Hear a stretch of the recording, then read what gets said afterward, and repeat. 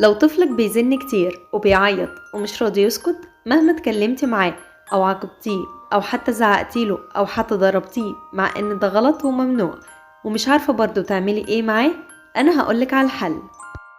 لو طفلك اقل او اكتر من 3 سنوات يبقى افضل طريقة للتخلص من زن الطفل ده هو انك تشتتي انتباهه. طب ازاي؟ الطفل اول ما يبدأ يزن جربي انك تسقفي له كذا سقفة ورا بعض، او علي نبرة صوتك شوية او غيريها وقولي له بص دي، او جيبي له اي لعبة ما كانتش جنبه وقولي له بص دي شكلها عامل ازاي. او ممكن تلعبيه باسلوب الزغزغة البسيطة في رجليه، وممكن كمان تعملي له حركات بوشك او تلعبيه او ممكن تغني له.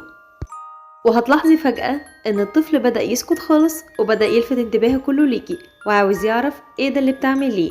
ده كمان هتخرجيه من حالة العياط لحالة الضحك.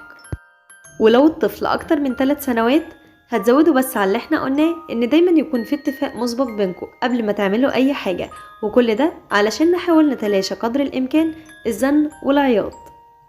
وفي حالة لو طفلك مازال مستمرا على اللي هو فيه حتى بعد ما حاولتي انك تشتتي انتباهه بكل الطرق وبرضه مفيش اي فايدة، حاولي تنفذي اللي اتفقتوا عليه في الاتفاق المسبق.